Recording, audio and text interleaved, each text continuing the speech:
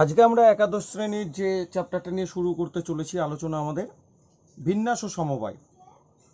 দেখো, এই চ্যাপ্টারটা শুরুর আগে একটা জিনিস খুব ভালো করে আমাদের বুঝতে হবে যে অন্যান্য যে অঙ্কগুলো আমরা করেছি সে অন্য অঙ্কের সাথে এর পার্থক্যটা কোথায়। অন্য অঙ্কগুলোর সাথে আমরা যে সমস্ত অঙ্ক করেছি, ত্রিকোণমিতি করেছি, বীজগণিত করেছি, জ্যামিতি করেছি, ডেরিভেটিভ করেছি, তো অন্য অঙ্কের সাথে এর পার্থক্যটা কোথায় একটা জিনিস খেয়াল করতে হবে।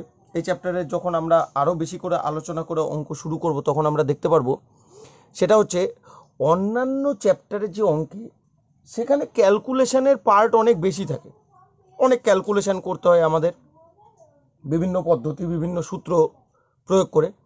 কিন্তু এই যে বিন্যাস সমবায় বা সম্ভাবনা তত্ত্ব, এই তিনটে চ্যাপ্টারে অত বেশি ক্যালকুলেশন আমার দরকার পড়ে না। ঠিক আছে, এই যে বিন্যাস বা সমবায়, বিন্যাস সমবায়, তারপর সম্ভাবনা তত্ত্ব, বিন্যাস সমবায় ও সম্ভাবনা তত্ত্ব, এই যে চ্যাপ্টারগুলো, এই চ্যাপ্টারগুলোতে আমাদের খুব একটা বেশি ক্যালকুলেশনের প্রয়োজন পড়ে না। আমাদের সব থেকে বেশি এই চ্যাপ্টারগুলো যেটা দরকার পড়ে সেটা হচ্ছে আমাদের চিন্তা শক্তি, থিঙ্কিং পাওয়ার। সব থেকে বেশি যেটা দরকার পড়ে সেটা হচ্ছে আমাদের চিন্তা শক্তি। ঠিক আছে, থিঙ্কিং পাওয়ার, এইটাই আমাদের সব থেকে বেশি প্রয়োজন। তো আমি এবার একের পর এক স্টেপ অনুযায়ী বোঝাচ্ছি যে কি করে আমরা এই চ্যাপ্টারের অঙ্কগুলো করব। তার আগে, এই চ্যাপ্টারে অঙ্ক শুরু করার আগে বিন্যাস এবং সমবায় অধ্যায়ের প্রশ্নগুলোতে দুটো টার্ম খুব করে প্রযোজ্য, দুটো টার্ম খুব করে প্রযোজ্য। একটা হচ্ছে সজ্জা, একটা হচ্ছে সজ্জা বা অ্যারেঞ্জমেন্ট, একটা হচ্ছে সজ্জা বা অ্যারেঞ্জমেন্ট, আর একটা হচ্ছে দল গঠন বা সিলেকশন, দল গঠন বা সিলেকশন। ঠিক আছে, সজ্জা বা অ্যারেঞ্জমেন্ট আর একটা হচ্ছে দল গঠন বা সিলেকশন। এই অধ্যায়ের অঙ্কগুলোর ক্ষেত্রে এই দুটো টার্ম আমার খুব করে কাজে লাগবে। কারণটা দেখো, আমি বলছি, মনে করো আমার সামনে তিনজন ব্যক্তি দাঁড়িয়ে আছে, এ বি সি, তিনজন ব্যক্তি। এই এ বি সি এরা হচ্ছে তিনজন ব্যক্তি, এরা হচ্ছে তিনজন লোক, তিনজন ব্যক্তি। এবার এই তিনজনের মধ্যে থেকে আমি যদি একটা দুজনের টিম তৈরি করতে চাই, আমি যদি একটা দুজনের টিম তৈরি করতে চাই, এই যে তিনজন যারা আছে, দুজনকে একত্রে নেওয়া হলে, দুজনকে একত্রে নেওয়া হলে, তিনজন ব্যক্তির দাঁড়িয়ে আছে, তাদের মধ্যে থেকে আমি যদি দুজনকে একত্রে নিতে চাই, তাহলে দেখো, তুমি ধরো এ আর বি কে নিলে, এ ব্যক্তিটাকে নিলে, বি ব্যক্তিটাকে নিলে, এ বি। এবার তুমি আগে এ লিখে পরে বি লিখেছো, তাই না? এই জায়গাটা দেখো, মার্কিং করবে, এগুলো ভালো করে ছোট্ট ছোট পার্থক্যগুলো বুঝতে হবে চ্যাপ্টার শুরুর আগে। এ আগে লিখে বি কে পরে লিখেছো। আচ্ছা, তুমি যদি বি কে আগে লিখে এ কে পরে লিখতে, ব্যক্তিরা কি পাল্টে যেত? ওই যে এ ব্যক্তি সে তো এই থাকতো, বি ব্যক্তি সে তো বি থাকতো। তার মানে আমি কাকে আগে বা কাকে পরে লিখেছি সেটা এখানটায় দরকার পড়ছে না। বা ধরো তুমি বি সি ব্যক্তিকে নিতে চাও, দুইজন ব্যক্তি, তোমাকে দুইজনকে নিতে হবে, তাহলে বি আর সি ব্যক্তিকে নিতে চাও, তো বি আগে লিখে সি কে পরে লিখেছো বা সি আগে লিখে বি কে পরে লিখেছো, ব্যক্তিরা তো আর পাল্টে যাবে না। ব্যক্তিরা কি পাল্টে যাবে? পাল্টে যাবে না, একই থাকবে। আবার ধরো তুমি সি আর এ ব্যক্তিকে নিতে চাও, তো আগে এ লিখে পরে সি লিখেছো, বা তুমি আগে সি লিখে পরে এ লিখেছো, ব্যক্তিরা কি পাল্টে যাবে? পাল্টে যাবে না, সি ব্যক্তি সি থাকবে, এ ব্যক্তি এই থাকবে। তার মানে ব্যক্তিদের কিন্তু কোনো পরিবর্তন হচ্ছে না, কাকে আগে লিখছো কাকে পরে লিখছো তাতে কিন্তু কোনো এখানটায় ম্যাটার করছে না।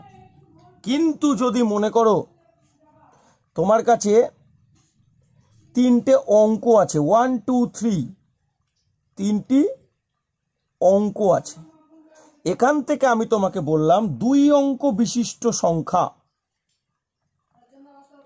দুই অঙ্ক বিশিষ্ট সংখ্যা, দুই অঙ্ক বিশিষ্ট সংখ্যা, তো এখান থেকে দুটো অঙ্ক মনে করো তুমি 1 2 নিলে হলো 12, কিন্তু যদি তুমি উল্টে দাও হয়ে যাবে 21। এইবার কি সংখ্যাগুলো আর এক থাকছে? আগে যেমন এ বি দুইজন ব্যক্তি ছিল, বি এ দুইজন ব্যক্তি ছিল, ব্যক্তিরা কিন্তু একই, ব্যক্তিরা কিন্তু পাল্টে যায়নি। এ এই থাকবে, বি বি থাকবে, কাকে আগে লিখলাম কাকে পরে লিখলাম আমার এখানে কোনো দরকার পড়ছে না, তাই না? কিন্তু এখানটায় দেখো 1 আগে লিখে 2 কে পরে লিখলে সংখ্যাটা হচ্ছে 12, সেটাকে উল্টে দিলে 2 আগে 1 পরে লিখলে সংখ্যাটা কিন্তু হয়ে যাচ্ছে 21। বা ধরো আমি 2 আর 3 নিয়ে লিখলাম 23, যদি উল্টে দিই দেখো সংখ্যাটা কিন্তু পাল্টে গেল 32। আবার ধরো যদি আমরা 1 আর 3 নিয়ে লিখি তাহলে 13, এবার 3 আগে 1 পরে লিখলে 31, 3 আগে 1 পরে লিখলে 31, তাই না? তাহলে দেখো কাকে আগে বা কাকে পরে লিখছি তার উপর ডিপেন্ড করে কিন্তু আমার পুরো গঠনটা পাল্টে যাচ্ছে, তার উপর ডিপেন্ড করে কিন্তু আমার পুরো গঠনটা পাল্টে যাচ্ছে, তাই না? তাহলে এই যে কাকে আগে বা কাকে পরে নেব মানে অর্ডার, এটাকে বলা হয় অর্ডার, কাকে আগে কাকে পরে এটাকে বলা হয় অর্ডার। এই অর্ডার যদি ডিপেন্ড করে, অর্ডার যদি ডিপেন্ড করে, যেটাই যে এখানটায় করেছে, অর্ডার যদি ডিপেন্ড করে যেটাই যে সজ্জার ক্ষেত্রে করেছে কাকে আগে কাকে পরে, তখন সেটা হবে বিন্যাস বা পারমিউটেশন, বিন্যাস বা পারমিউটেশন, পি ফর পারমিউটেশন। আর যদি আমার কাকে আগে বা কাকে পরে নিয়েছি দরকার না পড়ে, মানে অর্ডার ম্যাটার না করে, সেটা হবে দল গঠন বা সমবায়, that means combination, C for combination. ঠিক আছে? আরও একটা জিনিস খেয়াল করো, দেখো তো যখন তুমি এদেরকে সাজিয়েছিলে কটা সংখ্যা পেয়েছিলে? 6টা, তাই না? 1 2 12 একটা সংখ্যা, 2 1 21 অপর একটা সংখ্যা, 2 3 23 একটা সংখ্যা, 3 2 32 অন্য একটা সংখ্যা, 1 3 13 একটা সংখ্যা, 3 1 31 অন্য একটা সংখ্যা।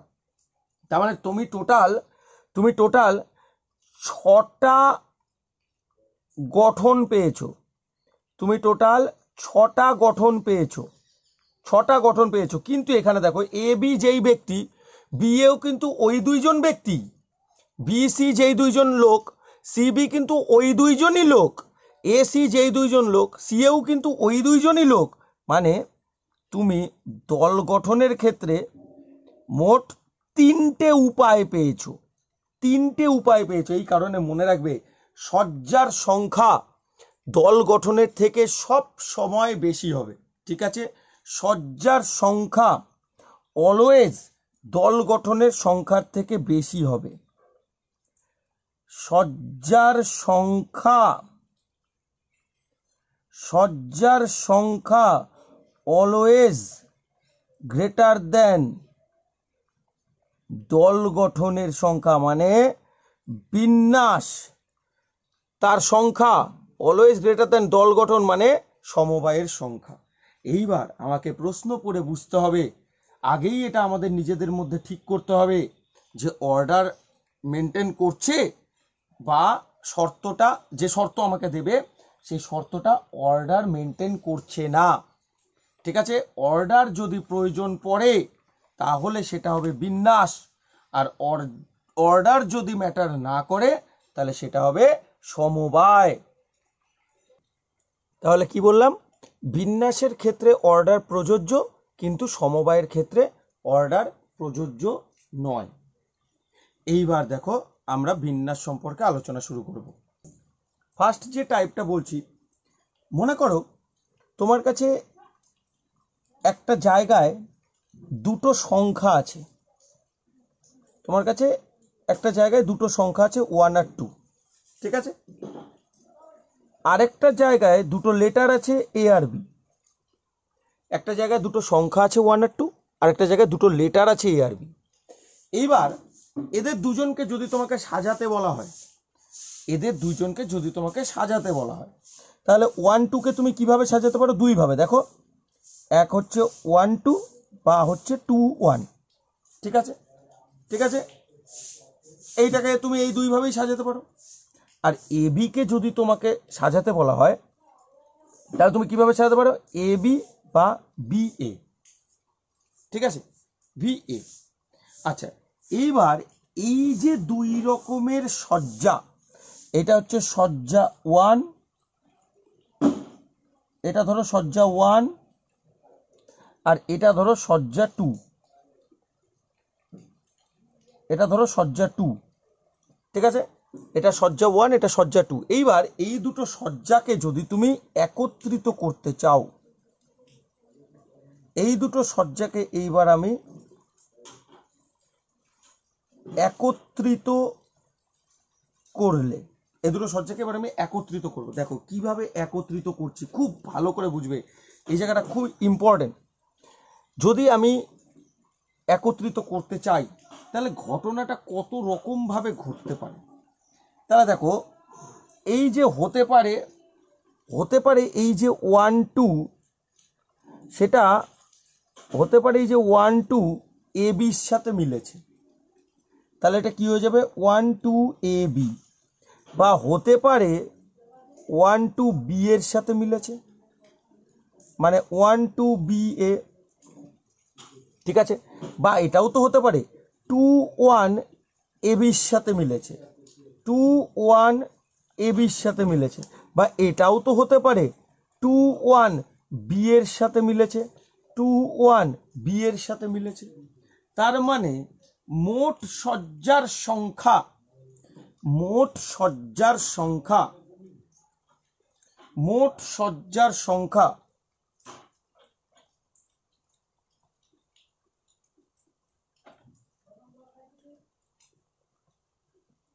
মোট সজ্জার সংখ্যা, এই যে দুটোকে যখন তুমি একত্রিত করেছো তখন কয় রকম ভাবে সাজাতে পেরেছো, 4 রকম ভাবে, তাই না, 4 রকম ভাবে, তাই না। তো আমি সেই 4কে 2 × 2 লিখছি, কারণটা একটু পরে বলছি। 4টাকে আমি 2 × 2 লিখে রাখলাম, ঠিক আছে, 4টাকে আমি 2 × 2 লিখে রাখলাম, কারণটা একটু পরে আসছি বিস্তারিত। এইবার এই উদাহরণটাকে আমি একটু পাল্টে দিই। মনে করো এইবার তোমার কাছে 3টে সংখ্যা আছে, 1 2 3। মনে করো তোমার কাছে 3টে সংখ্যা আছে, 1 2 3, ঠিক আছে। আরেকটা জায়গায় তোমার কাছে দুটো লেটার আছে, এ বি, ঠিক আছে। তো যদি আমি এই 3টে সংখ্যাকে সাজাতে বলি, যদি আমি এই 3টে সংখ্যাকে সাজাতে বলি, তাহলে তুমি কি করতে পারো, 1 2 3 লিখতে পারো, বা 1টাকে ফার্স্টে রেখে 3 আর 2কে ঘুরিয়ে দিতে পারো, ঠিক আছে। 1কে ফার্স্টে লিখে 2 3, 1কে ফার্স্টে লিখে 3 2। এবার 2কে ফার্স্টে লিখে 1 3, 2কে ফার্স্টে লিখে 3 1। এবার 3কে ফার্স্টে লিখে 1 2, 3কে ফার্স্টে লিখে 2 1। এই টোটাল 6 রকম ভাবে আমি একে সাজাতে পারি, ঠিক আছে। এইবার এই যে এ বি, এ বি তাকে তুমি কত রকম ভাবে সাজাতে পারো, এ বি বা বি এ, এ বি বা বি এ। এইটা হচ্ছে তোমার সজ্জা, এটা হচ্ছে তোমার সজ্জা, দ্বিতীয় সজ্জা, সজ্জা 2 নাম দিলাম আমি এর, দ্বিতীয় সজ্জা, সজ্জা 2 নাম দিলাম আমি এর। এইবার যদি তোমাকে বলে দিই যে এই দুইজনকে এইবার তোমার সজ্জা 1 আর সজ্জা 2কে এইবার তোমার একত্রিত করতে হবে, তাহলে একত্রিত করলে এবার আমি একত্রিত করছি, দেখো কিভাবে। তাহলে হতে পারে 1 2 3 এ বির কাছে গেছে, 1 2 3 এ বির কাছে গেছে, তার মানে এটা কি হবে 1 2 3 এ বি, 1 2 3 এ বি। বা হতে পারে 1 2 3 বি এর কাছে গেছে, তার মানে 1 2 3 বি এ, ঠিক আছে। এবার হতে পারে 1 3 2 এ বির কাছে গেছে, তাহলে 1 3 2 এ বির কাছে গেছে। বা হতে পারে 1 3 2 বি এর কাছে এসছে, তাহলে 1 3 2 বি এর কাছে এসছে। ঠিক আছে, এবার হতে পারে 213 এবির কাছে গেছে, তাহলে 213 এবির কাছে গেল। আবার ধরো হতে পারে 213 বি এর কাছে এসছে, তাহলে 213 বি এর কাছে এসছে। ঠিক আছে, আবার দেখো ছবিটা একটু ভালো করে নজর রাখবে। 231 এবির কাছে গেল, বা হতে পারে 231 বি এর কাছে গেল। 231 এবির কাছে গেল, বা হতে পারে 231 বি এর কাছে গেল। তাহলে 231 প্রথমে এবির কাছে গেল, তারপর 231 বি এর কাছে গেল। আবার দেখো ছবিটার দিকে একটু নজর রাখবে। 312 এবির কাছে গেল, 312 বি এর কাছে গেল। তাহলে 312 এবির কাছে গেল, বা 312 বি এর কাছে গেল। লাস্ট দেখো 321 এবির কাছে গেল, বা ধরো 321 বি এর কাছে গেল। তাহলে 321 এবির কাছে গেল, বা 321 বি এর কাছে গেল। তাহলে এইবার দেখো আমি যখন ওদের একত্রিত করলাম, কত রকম সজ্জা আমি করতে পারলাম দেখো তো। 1 2 3 4 5 6 7 8 9 10 11 12 রকম সজ্জা আমি করতে পেরেছি, তাই না? তাহলে মোট সজ্জার সংখ্যা সমান সমান 12। আচ্ছা, এই 12কে আমি 6 গুণ 2 লিখতে পারি তো? 6 গুণ 2 লিখতে পারি তো? এইবার দেখো আমার যেটা বলার উদ্দেশ্য খুব ভালো করে বোঝো। যখন প্রথম সজ্জায় দুটো বস্তু ছিল, আবার দ্বিতীয় সজ্জাতেও দুটো বস্তু ছিল, একত্রিত করে 2 দুগুণে 4 রকম মোট সংখ্যা পেয়েছিলাম, তাই না? 2 দুগুণে 4 রকম মোট সজ্জা পেয়েছিলাম। এইবার এখানে দেখো প্রথম সজ্জায় যখন 6টা বস্তু আছে, দ্বিতীয় সজ্জায় যখন দুটো বস্তু আছে, সজ্জা দুটোকে একত্রিত করে মোট বস্তু কত হয়েছে? 6 দুগুণে 12। তার মানে যখন আমরা দুটো সজ্জাকে একত্রিত করতে চাইব, তখন মোট সজ্জাতে তারা কি হয়ে যাবে? পরস্পর গুণ। ঠিক আছে, তাহলে এটাকে যদি আমি ইন জেনারেল বলতে চাই, ভিডিওটা পজ করে তোমরা এটা লিখে নেবে, এটা সূত্র হিসেবে কাজে লাগবে। আমি একটু পরে অঙ্কের উদাহরণ দিচ্ছি কিভাবে এটা কাজে লাগবে। যদি কোনো একটি প্রক্রিয়া এম বিভিন্ন উপায়ে সম্পন্ন করা যায়, এবং ওই এম প্রকারের কোনো এক প্রকারের জন্য সম্পন্ন করার পর দ্বিতীয় অপর একটি প্রক্রিয়া এন বিভিন্ন উপায়ে সম্পন্ন করা যায়, তবে সম্মিলিতভাবে প্রক্রিয়া দুটি এম ক্রস এন বিভিন্ন উপায়ে সম্পন্ন করা যাবে। এম ক্রস এন বিভিন্ন উপায়ে সম্পন্ন করা যাবে। আচ্ছা, এই যে গুণের যে সূত্রটা আমি তোমাদের লিখে এখানটায় রেখেছি, এটা ভিডিও পজ করে তোমরা লিখে নেবে। এটা আমি অঙ্কের ক্ষেত্রে কিভাবে প্রয়োগ করবো এবার দেখা যাক। এখানে একটা উদাহরণ দেখো, বলেছে 4 জন পথিক কোনো এক শহরে গেল। তো ধরো এটা হচ্ছে পথিকদের আমি নাম্বারিং করলাম, পার্সন 1, পার্সন 2, পার্সন 3, পার্সন 4, 4 জন আছে। এরা এমন একটা শহরে ঘুরতে গেছে যেখানে 5টা হোটেল আছে। তো এইভাবে বক্স করে আমি ধরো হোটেলকে ডিনোট করছি, 5টা হোটেল। বক্স করে আমি 5টা হোটেলকে ডিনোট করে দিলাম। হ্যাঁ, এটা হচ্ছে ফার্স্ট হোটেল H1, এটা হচ্ছে সেকেন্ড হোটেল H2, এটা হচ্ছে থার্ড হোটেল H3, এটা হচ্ছে 4th হোটেল H4, এটা হচ্ছে 5th হোটেল H5, 5টা হোটেল আছে।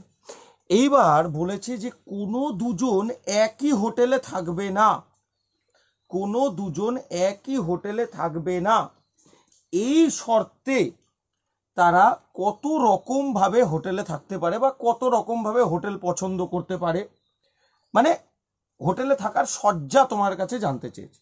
ঠিক আছে, তো দেখো প্রথমে ফার্স্ট পার্সন যে আছে, তাহলে P1 হোটেলে থাকতে পারে, P1 হোটেলে থাকতে পারেন। মনে করো প্রথমে P1 হেঁটে এসছে, P1 হেঁটে এসে দেখো 5টা হোটেলে যে কোনো একটা কিন্তু ও পছন্দ করতে পারে, যে কোনো একটা। কোনটা পছন্দ করবে সেটা বলেনি, তো যে কোনো একটা পছন্দ করতে পারে, যেটা ইচ্ছা ওর, এই 5টার মধ্যে যেটা ইচ্ছা। তার মানে ওর কাছে 5খানা পছন্দ আছে। তাহলে P1 হোটেলে থাকতে পারে 5 উপায়ে। ঠিক আছে, ওর কাছে 5টা অপশন আছে কোন হোটেলে যাবে ও। তো মনে করো ও ধরো সেকেন্ড হোটেলে গিয়ে হোটেলটা বুক করলো, সেকেন্ড হোটেলে গিয়ে হোটেলটা বুক করলো। এবার দেখো কোশ্চেনে কিন্তু বলা আছে যে কোনো দুজন একই হোটেলে থাকবে না, কোনো দুজন একই হোটেলে থাকবে না, মানে এই সেকেন্ড হোটেলে কিন্তু আর কেউ থাকতে পারবে না। তো P2 যখন এরপরে আসবে, তাহলে এরপর যখন P2 হোটেলে থাকতে পারে, P2'র কাছে কিন্তু এখন আর 5টা পছন্দ নেই, কারণ এটা P1 বুক করে নিয়েছে। P2'র কাছে কিন্তু এবার 4টে হোটেল খোলা আছে, 4টে হোটেল খোলা আছে, তাহলে 4 উপায়ে। তো মনে করো P2 এসে মনে করো থার্ড হোটেল পছন্দ করলো। ঠিক আছে, এইবার তাহলে P3 থার্ড পার্সন হেঁটে আসবে, থার্ড পার্সন আসবে হোটেল পছন্দ করতে। এবার দেখো দুজন করে থাকতে পারবে না, মানে এই দুটো হোটেলে আর কেউ থাকতে পারবে না, একজন একজন হয়ে গেছে। তাহলে P3'র কাছে কটা অপশন খোলা আছে? 3টে, H1, H4, H5, তার মানে 3 উপায়, 3 উপায়। তো P3 মনে করো হোটেল 1 পছন্দ করে নিল। এইবার তাহলে লাস্ট আসলো ধরো P4, তাহলে P4 হোটেলে থাকতে পারেন। দেখো P4 এর কাছে এইবার কটা অপশান আছে? 2টো অপশান, 2টো অপশান, তাই না? এই দুটোর মধ্যে যেটা খুশি P4 নিতে পারে। তো 2 উপায়ে, 2 উপায়ে, ঠিক আছে, 2 উপায়ে। ঠিক আছে, তাহলে ধরো 4th হোটেলটাই পছন্দ করেছো, 4th হোটেলটাই পছন্দ করেছো। ঠিক আছে, তাহলে এই যে ওরা পছন্দ করলো হোটেলগুলো, তাহলে এইবার মনে করো আমার কাছে জানতে চেয়েছে যে তারা মোট কত রকম ভাবে হোটেলে থাকতে পারে, মোট কত রকম ভাবে হোটেলে থাকতে পারে। তাহলে সুতরাং মোট সজ্জা বা বিন্যাস, আমি কি বলেছিলাম যখন এখানে 2টো উপায় দিয়ে বলেছিলাম তখন দুজনকে গুণ করেছিলাম, তাই না? যখন 2টো উপায় দিয়ে বলেছিলাম তখন দুজনকে গুণ করেছিলাম, তাই না? এবার যেহেতু এখানটায় টোটাল 4টে উপায় এসছে, তাহলে 4জনকে গুণ করবো। 5 × 4 × 3 × 2, 5 × 4 × 3 × 2, ঠিক আছে, 5 × 4 × 3 × 2 মানে 120টি, 120টি বিভিন্ন উপায়ে তারা হোটেলে থাকতে পারে। ঠিক আছে, নেক্সট যে উদাহরণটা আমরা দেখব একদম সেম আগের উদাহরণটাই। 5 জন পথিক কোনো এক শহরে গেল যেখানে 5টি হোটেল আছে, কোনো দুজন একই হোটেলে না থাকলে তারা কত রকম ভাবে হোটেলে থাকতে পারে। দেখো এখানটায় জাস্ট একটা জিনিস খেয়াল করো, আগের প্রশ্নের সাথে এই প্রশ্নের জাস্ট একটাই পার্থক্য। আগের বার 4 জন পথিক ছিল, হোটেল 5টা ছিল, মানে পথিকের থেকে হোটেল বেশি, তাই দেখো একটা হোটেল কিন্তু ফাঁকা থেকে গেছিল, এই হোটেলে কিন্তু বুক হয়নি। কিন্তু এইবার 5 জন পথিক আছে, হোটেলও 5টা আছে, তার মানে সমপরিমাণ বস্তু, সমপরিমাণ বস্তু, তাহলে কিন্তু কোনো ফাঁকা থাকবে না। এই জায়গাটা বারবার মার্কিং করো, 5 জন পথিক আবার 5টাই হোটেল, মানে সমপরিমা। এই জায়গাটা মার্কিং করবে, হ্যাঁ বলছি কারণ আছে। 5 জন পথিক 5টাই হোটেল, তাহলে কোনো ফাঁকা কিন্তু এখানে থাকবে না। দেখো তো ঘটনাটা কিরকম। তো ধরো আমার কাছে 5 জন পথিক আছে, P1, P2, P3, P4, P5, 5 জন পথিক। ঠিক আছে, হোটেলও 5টাই আছে, তো 5টা হোটেল বুক করছি আমি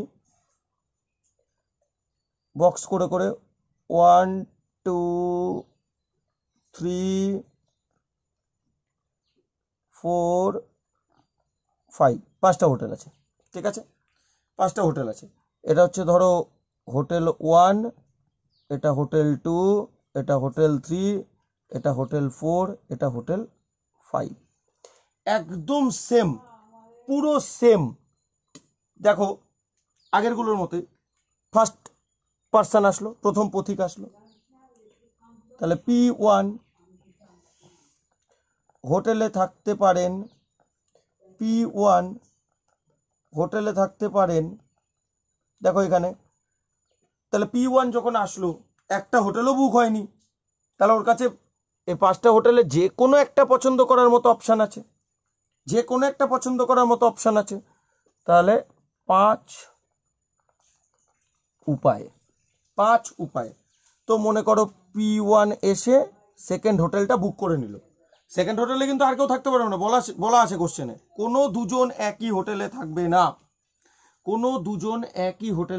না। তাহলে এবার ধরো P2 হোটেলে থাকতে পারেন। এবার দেখো P2-র কাছে 4টে হোটেল ওপেন আছে, কারণ এটা তো P1 নিয়ে নিয়েছে, তাহলে এটা বাদ, বাকি যে 4টে আছে সেই 4টে, তাই না? তাই না? তাহলে 4 উপায়ে। তো ধরো P2 এসে থার্ড হোটেল বুক করে নিল। ঠিক আছে, এইবার P3 আসবে, তাহলে P3 হোটেলে থাকতে পারে। P3-র কাছে দেখো এই দুটো বুক হয়ে গেছে, এই দুটোতে আর কেউ থাকতে পারবে না, এই দুটো কিন্তু বুক হয়ে গেছে, এই দুটো বাদ। তাহলে 3টে অপশান আছে, তাই তো? তাহলে 3 উপায়ে। তো ধরো P3 এসে ফোর্থ হোটেল বুক করে নিয়েছে। এইবার P4 আসবে। P4-এর কাছে দেখো দুটো হোটেল ওপেন আছে, এই দুটো হোটেল ওপেন আছে P4-এর জন্য, তাহলে 2 উপায়ে। ধরো P4 এসে ফিফথ হোটেল বুক করে নিয়েছে, লাস্ট আসলো P5, ওর কাছে একটাই অপশান আছে, আর ওকে থাকতে গেলে এখানেই থাকতে হবে, তাই তো? তাহলে P5 হোটেলে থাকতে পারে 1 উপায়ে। তাহলে এইবার যদি আমি মোট বিন্যাস জানতে চাই, তাহলে কি করব, আমি সবগুলোকে গুণ করে দেবো, তাই না? 5 × 4 × 3 × 2 × 1, 5 × 3 × 2 × 5 × 4 × 3 × 2 × 1, এতটি। ঠিক আছে, এইবার এই যে 5 থেকে শুরু করে 1 পর্যন্ত, এটাকে বলা হয় 5 ফ্যাক্টোরিয়াল। এইভাবেও লেখা হয়, বা অনেক সময় এইভাবেও লেখা হয়। 5 ফ্যাক্টোরিয়াল, 5 থেকে শুরু করে 1 পর্যন্ত। ঠিক আছে, 1 থেকে আরম্ভ করে কোনো সংখ্যা পর্যন্ত সকল স্বাভাবিক সংখ্যার গুণ। 1 থেকে শুরু করে কোনো একটা সংখ্যা, সে যাই হোক, 5 হতে পারে, 6 হতে পারে, 7 হতে পারে, কোনো একটা সংখ্যা পর্যন্ত সকল স্বাভাবিক সংখ্যার গুণ। ঠিক আছে, 1 থেকে শুরু করে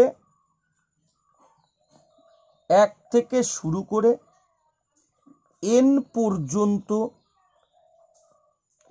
স্বাভাবিক সংখ্যার গুণ,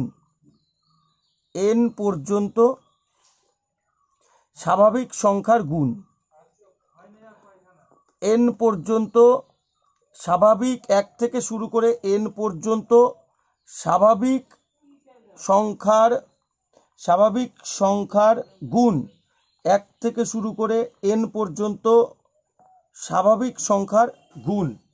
ঠিক আছে, 1 থেকে শুরু করে এন পর্যন্ত স্বাভাবিক সংখ্যার গুণ, সেটাকেই বলা হয় হচ্ছে এন ফ্যাক্টোরিয়াল। এই যে দেখো 5 থেকে শুরু করে 1 পর্যন্ত, ঠিক আছে, সেটা হচ্ছে 5 ফ্যাক্টোরিয়াল, যেটাকে এইভাবেও বোঝানো হয় বা এইভাবেও বোঝানো হয়, যে কোনো একটা, সেটাকে বলা হয় এন ফ্যাক্টোরিয়াল। তাহলে একটা জিনিস খেয়াল করো, যখন সমপরিমাণ বস্তুকে তোমার সাজাতে হবে, সমপরিমাণ বস্তুকে সজ্জা তৈরি করতে হবে সমপরিমাণ বস্তু নিয়ে, তখন উত্তর চলে আসবে ফ্যাক্টোরিয়ালে, তাই তো?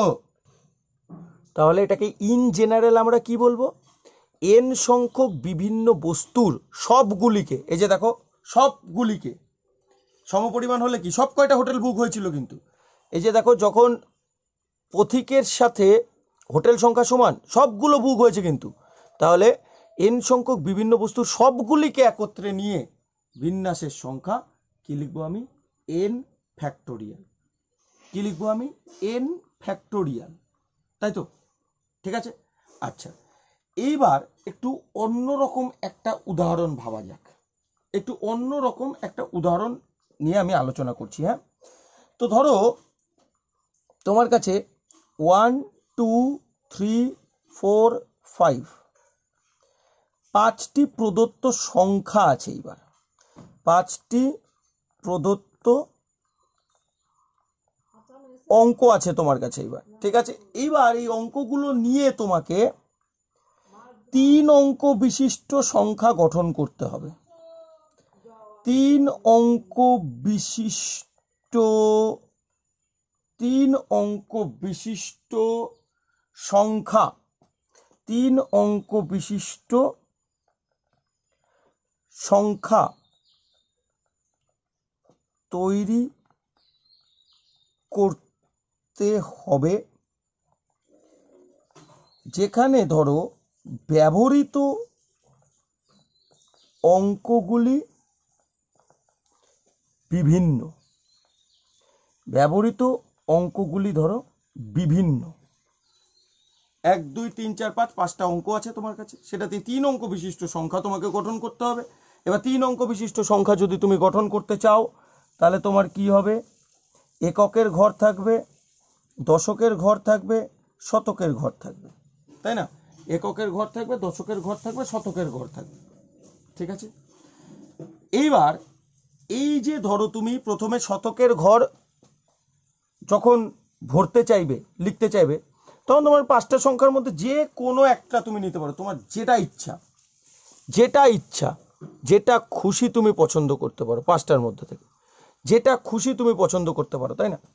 তাহলে শতকের ঘরের জন্য তোমার কাছে 5টা উপায় আছে, 5টা উপায় আছে শতকের ঘরের জন্য। এইবার এখান থেকে তুমি যেটা খুশি, মনে করো 2 লিখেছো শতকের ঘরে, 2 লিখেছো শতকের ঘরে, তাহলে দশকের ঘরের জন্য কিন্তু তোমার কাছে আর 4টে অপশান রইল, কারণ বলা আছে ব্যবহৃত অঙ্কগুলো বিভিন্ন হতে হবে। মানে 2কে একবার ব্যবহার করে ফেলেছো মানে কিন্তু আর 2কে ব্যবহার করা যাবে না, ঠিক আছে? তার মানে দশকের ঘরের জন্য তোমার কাছে 4টে অঙ্ক পড়ে রইল, 1 3 4 5, যেটা খুশি তুমি নিতে পারো।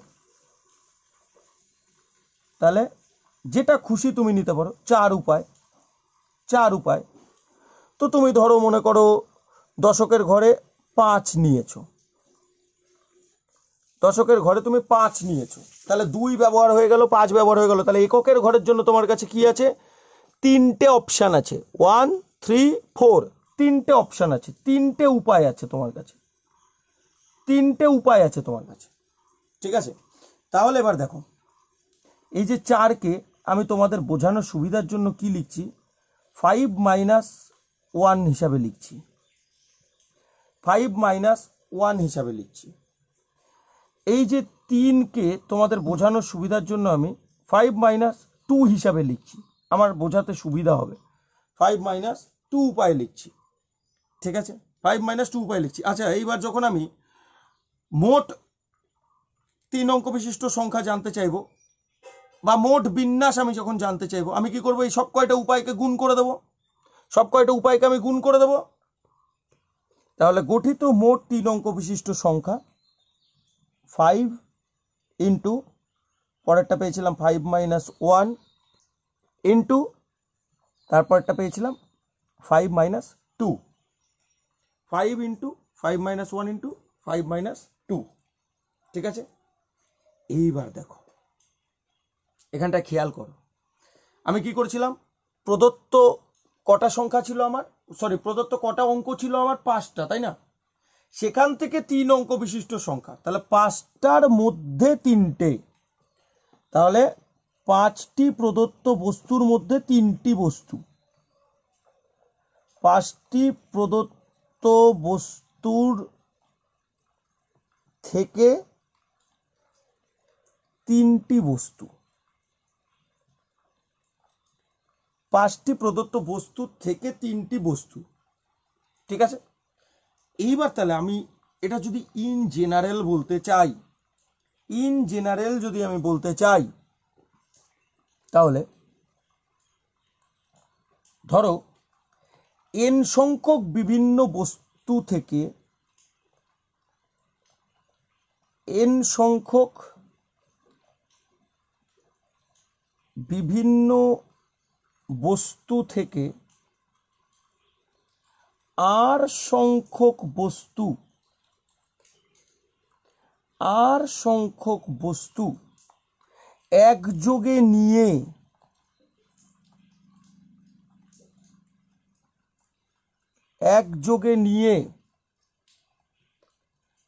বিন্যাসের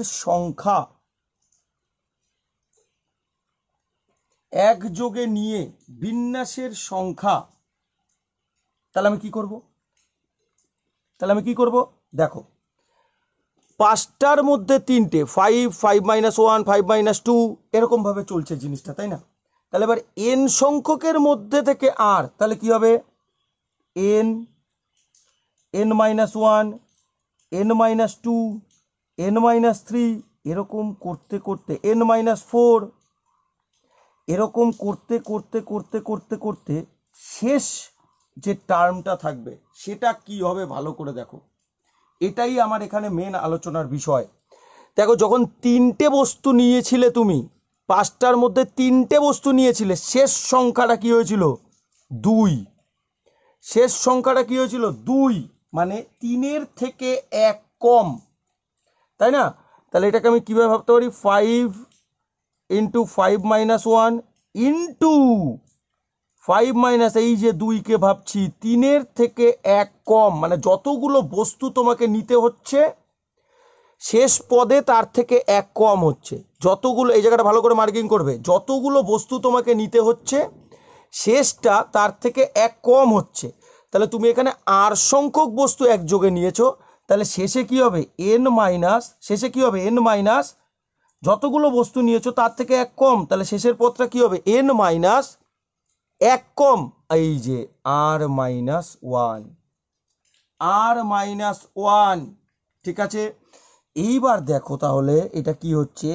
n into n minus 1 into n minus 2 into n minus 3, এরকম করে চলতে চলতে যদি আমি ব্র্যাকেট তুলে দিই, n মাইনাস r মাইনাসে মাইনাসে প্লাস 1, মাইনাসে মাইনাসে প্লাস 1। ঠিক আছে, এই যে জিনিসটা আসলো, এইবার এটাকে আমরা একটু সিম্পলিফাই করার চেষ্টা করব। কিভাবে সিম্পলিফাই করছি দেখো, এই যে জিনিসটা আমার কাছে আছে,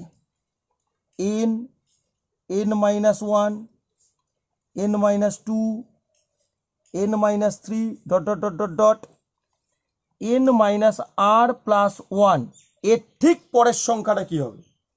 মনে করো 4, 4-এর পরের সংখ্যাটা কি? 4-এর থেকে 1 কম 3। মনে করো 7, 7-এর আগের সংখ্যাটা কি? এখানে পরের না, আগের সংখ্যা জানতে চাই, মানে জাস্ট আগের সংখ্যাটা।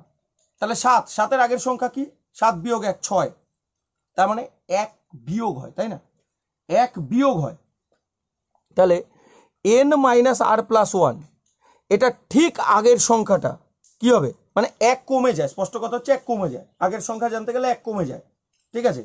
তাহলে n মাইনাস আর প্লাস ওয়ান এর ঠিক আগের সংখ্যাটা কি হবে, এর জাস্ট আগের সংখ্যাটা কি হবে, এক কমে গিয়ে n মাইনাস আর, তার ঠিক আগের সংখ্যাটা কি হবে, কমে, এটা কিন্তু কন্টিনিউ চলছে, n minus r minus one, তার ঠিক আগের সংখ্যাটা কি হবে, n মাইনাস, মানে এক এক করে কমতে থাকছে, দেখো n minus r minus two, তার ঠিক আগের সংখ্যাটা কি হবে, n minus r minus three, এরকম করে সংখ্যাটা কি হচ্ছে, ক্রমশ কমতে থাকছে, ক্রমশ কমতে থাকছে, কমতে কমতে কমতে কমতে কখনো না কখনো তো হবে 5 4 3 2 1, কমতেই থাকছে, কমতেই থাকছে, তার মানে শেষ অবধি কি হলো, ওয়ানে এসে ঠেকলো।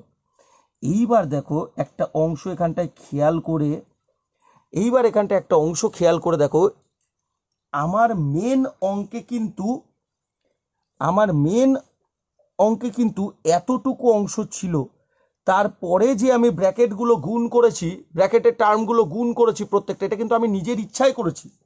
এবার নিজের ইচ্ছায় তো আমি কোনো কিছু গুণ করতে পারি না, কোনো কিছু গুণ করতে পারি না, তাহলে সেটা আমাকে ভাগও করে দিতে হবে। তাহলে n minus r, n minus r minus one, n minus r minus two, n minus r minus three, dot dot dot dot dot চলছে, সংখ্যা চলছে চলছে চলছে, 5 4 3 2 1, ঠিক আছে।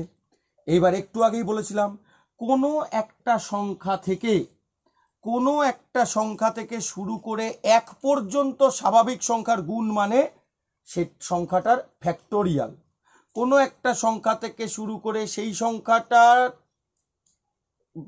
কমতে কমতে কমতে কমতে এক পর্যন্ত গুণ মানে সেই সংখ্যাটার ফ্যাক্টোরিয়াল, সেই সংখ্যাটা ফ্যাক্টোরিয়াল। দেখো একটা উদাহরণ দিই, যেটা একটু আগে বলেছিলাম সেটাই দিয়েই বলছি আমি। যেমন ধরো 5 ফ্যাক্টোরিয়াল মানে কি, 5 থেকে শুরু হবে, কমতে কমতে কমতে কমতে 1 পর্যন্ত যাবে, 5 তার কম 4, তার কম 3, 4 তার কম 2, তার কম 1। তার মানে কোনো সংখ্যার ফ্যাক্টোরিয়াল মানে সেই সংখ্যাটার থেকে শুরু করে, সেই সংখ্যাটার থেকে শুরু করে 1 পর্যন্ত গুণ, তাই না? তাহলে একটা জিনিস এখানটায় ভালো করে খেয়াল করো তো, এই যে n থেকে শুরু হয়ে প্রত্যেকটা জিনিস, প্রত্যেকটা টার্ম গুণ হতে হতে হতে হতে হতে হতে হতে 1 পর্যন্ত গুণ, 1 পর্যন্ত গুণ, তাহলে এটা কি হবে, n factorial by n minus r থেকে শুরু করে 1 পর্যন্ত গুণ কি হবে, n মাইনাস আর ফ্যাক্টোরিয়াল, n মাইনাস আর ফ্যাক্টোরিয়াল। এই যে n factorial by n minus R factorial, n factorial by n minus R factorial, এটাকেই লেখা হয়